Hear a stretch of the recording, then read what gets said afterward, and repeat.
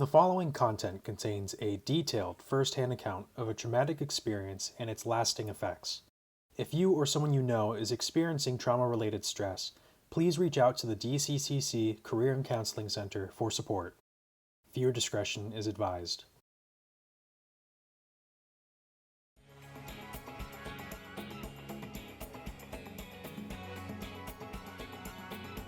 Welcome to This Must Be Heard, a recurring podcast featuring discussions of Delaware County Community College events, achievements, and initiatives.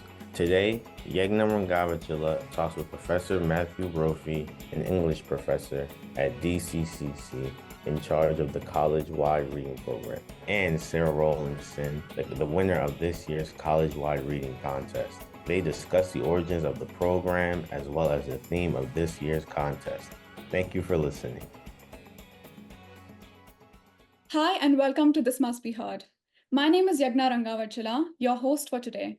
In this episode, we are discussing about the college-wide reading program and this year's college-wide reading contest. I'm here today with Professor Brophy, who's in charge of the college-wide reading program, and the winner of this year's college-wide reading contest, Sara. How are you guys doing today? Good, Yegna. Thanks so much for having me. I'm doing great. I'm really excited to be here. Great. So let's get started. So Professor Brophy, I was hoping we could get started with today's episode by if you could explain us about what college-wide reading program is about and how did it start? Sure. Well, I won't go on for too long since it has a long history. The college-wide reading program actually is about 20 years old. So it's been going on at DCCC longer than I've been here. But the main idea for the program is to encourage reading among students and college employees, and to use reading as a springboard for discussions of important issues, such as mental health, which was our focus for the reading of last academic year. That's great. What made you decide to make this year's theme as mental health? Well, I think, there's a mental health crisis going on in this country that predated the pandemic and has gotten worse since the pandemic. And we just thought, it was an important topic to cover, to get people talking about it, and to hopefully make people aware of the resources that are available to them if they are encountering challenges with mental health. How did the contest itself start?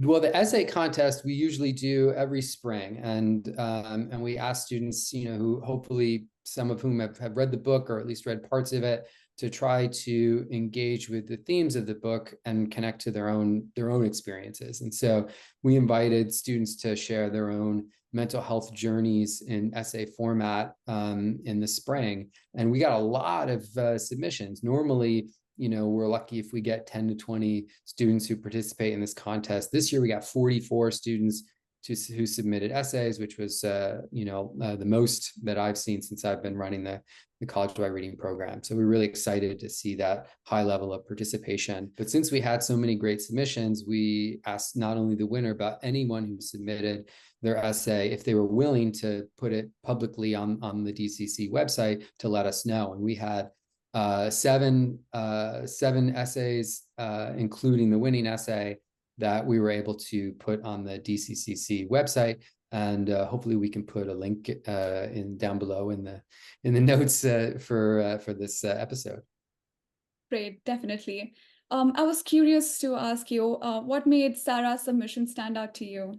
But Sara, I was fortunate enough to have as a student for 2 semesters, both in Comp 1 and Comp 2, and really got to see what she's capable of as a writer. And she's just a great storyteller. That's let me just say that up front. She writes with a real vivid, descriptive style. She incorporates a lot of poetic imagery into her writing. She can build suspense really well. So she's just got a lot of strengths as a storyteller. That's amazing. Let's listen to an excerpt now. It would start with a sentence, one that I uttered in a nuanced tone, but held far more truth than anticipated. I just know I'm not going to graduate from there. It was November 18th, 2021, the day the school rang with the screams of students and teachers. The memory reflects like a mirror when I look back on it. I was walking to my 7th period class, not even a 15-foot gap between the difference of the previous period. I made my way into the classroom and set down my backpack next to the chair, kneeling to unzip the bag to get out my laptop. The metal exterior made a swift clunk as it made contact with the desk. Familiar faces of my classmate echoed as the room filled. I stood back up and leaned against the edge of the desk, waiting for class to start. The next thing I heard was the low buzz of the intercom before a booming voice statically filled the room. Get in your classrooms now. This is a lockdown. My heart dropped. I went numb. I don't remember how I made it to the corner of the room. I sank slowly into the ground as the lights flicked off. Another buzz. Get into your classrooms now. Run. Her voice was strained, fearful. My teacher poked his head out into the hallway. Get in a classroom, he yelled down the hall. Across the school, I heard doors slamming and shoes squeaking against the scuffed linoleum of that school. I waited for a gunshot, but none came. I waited for a scream, but none came. Moving on to our next question. So Sara, what motivated you to enter into the college-wide reading contest? Yeah, so as Professor Brophy mentioned, I was his student for at least 2 semesters. So I think it was early in the spring semester, he introduced us to this book. And we did a series of assignments on it. We would, read different excerpts from it, and then we would write about it. So really towards the end of the book where we had read, I think at least 4 excerpts from it, we talked about it a lot, we wrote about it a lot. He introduced the final writing project for this, and there were a couple different ways we could do it, but one of them was like focusing on mental health. And I thought, since I had written about my experiences before, but not in such a large sense or such like a public sense, I wanted to give it a try, or at least see if I was ready to do that. So that was pretty much what kind of motivated me to write it. But at the same time, Brophy, he also motivated me to enter into the contest because he thought it would be a good idea. So I kind of trusted him and entered myself into the contest. That's amazing. Sara, I was curious about, what the process was like, when you're deciding about what to write. Yeah. So this whole time period, it spans about, I would say, 2 years. And obviously I didn't want it to be too terribly long, that I was detailing every little thing. So I knew I wanted it to jump between at least a couple different time points, or at least like really powerful moments that I thought would be interesting to write about, but also adding some like little fluff in between. But it was hard to write it, I'll be honest. Like I knew I wanted to write it, and I had the motivation to write it. But it's like I would start writing it every 15 minutes or so, and I would just be like, wow, this is kind of hard. So I would like take a break, I would put it aside, and then I'll be like, I don't know if I want to write it anymore. But then I would think about, like this has helped you before, and how this would almost like help you grow and get this off your chest, because I've never written something this extensive about the situation before. So I use that as motivation in order to finish it. That's really nice. Well, here is our next excerpt from the essay Sara wrote.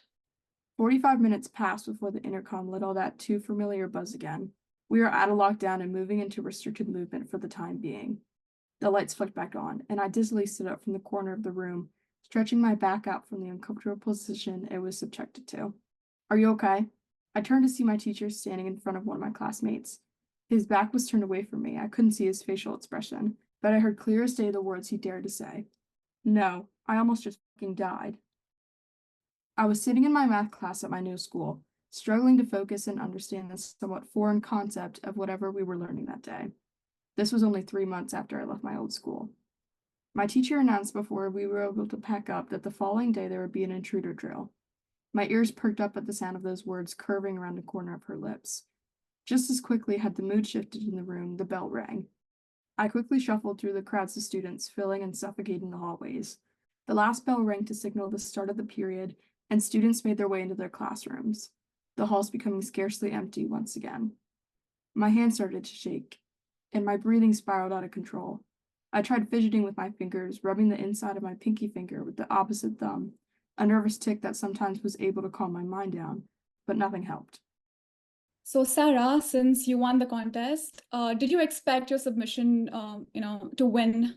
Honestly, I don't really know. I kind of submitted it just cause, and I was like, well, we'll see.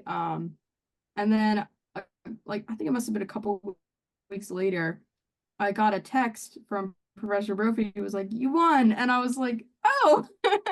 Like it was kind of like a nice surprise, and I don't know if I was exactly, you're always like rooting for yourself, like, what if I win? What if what if this actually happens? But it was a nice surprise. Well, that's amazing. How did your friends and family react to your win? I didn't.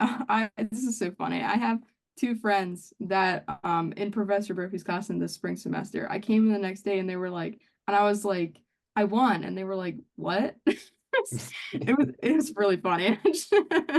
It was more of like like I don't even remember if I told them I actually submitted it. It's just funny. It's just all funny. Yeah, that's really funny. Well, let's take a look at our last excerpt from Sara's essay. I won't lie to you and say that I've completely moved on from that point in my life. There are days when I get stuck in slumps that make it difficult to focus on anything else but my past. I know now that those types of things are inevitable and those memories will probably never leave me. The difference between the person 2 years ago and now is that I know how to take those feelings and validate them instead of putting them off. I know that this seems unfinished as well, but in reality, there's so much that was encased in that situation that many people have never heard me talk about. So many minor details that went into what finally pushed me over the edge. I just want people to know that more than anything, you are not defined by your past, but the unwillingness to grow out of that into something new was the bane of my existence and the reason I struggled silently for so long. I don't pity the person I was. She was misguided and incredibly stubborn. Knowing the difference between being strong and silently suffering is a fine line, one I thought I was partial to. To me, it's important that I know that difference, and most of all, be present, because right now that's all that matters. Well, it looks like we're about to wrap up. I was really enjoying this conversation, but before we go, I would like to ask everybody's final thoughts. I just wanted to encourage everyone listening to participate in the college-wide reading program moving forward. We have a new book and a new theme for the upcoming academic year. It's going to focus on social class and inequality in America. And we have 4 authors coming to visit our campus as well. So please check out our new author series. If you really like to read, join the College-wide Reading Book Club. And we will have a new essay contest in spring of 2025. So keep an eye out for that as well. That's exciting. So before we wrap up, I'm curious, Sara, what exciting plans do you have for the prize money? So honestly, it's really funny. I kind of spend it on random things. It's so I spent some of it on snacks, and the other half of it I spent at Hobby Lobby. Just buying random things. I didn't really have a plan. It was more just like, oh, I'll just spend it on random things. That sounds really fun. Even random things, it's sweet and fun too. Yeah. Well, thank you to both Professor Brophy and Sara for joining us today. Thanks, Yegna. Thank you. And to all our listeners, thank you so much for joining us today, and we're out. You've been listening to This Must Be Heard, brought to you by the New Media Lab and the Office of Athletics and Campus Engagement. Today's hosts and producers were Yegna Rangavachila and Raymond Forrest. Our guests today were Professor Matthew Brophy and Sara Rowlandson. Our co-executive producers were LaShonda Stevens and Raymond Forrest. Raymond Forrest edited our episode. Sharpjohn Ozjan prepared our title cards. Victoria Colbert and Samuel Larson designed our cover art. Indigo Frazier composed our theme music. And I am Mustafa Silla, your announcer for this episode. Special thanks to the Director of Athletics and Campus Engagement, Allison Gleason, and our faculty advisor, Professor Maria Boyd.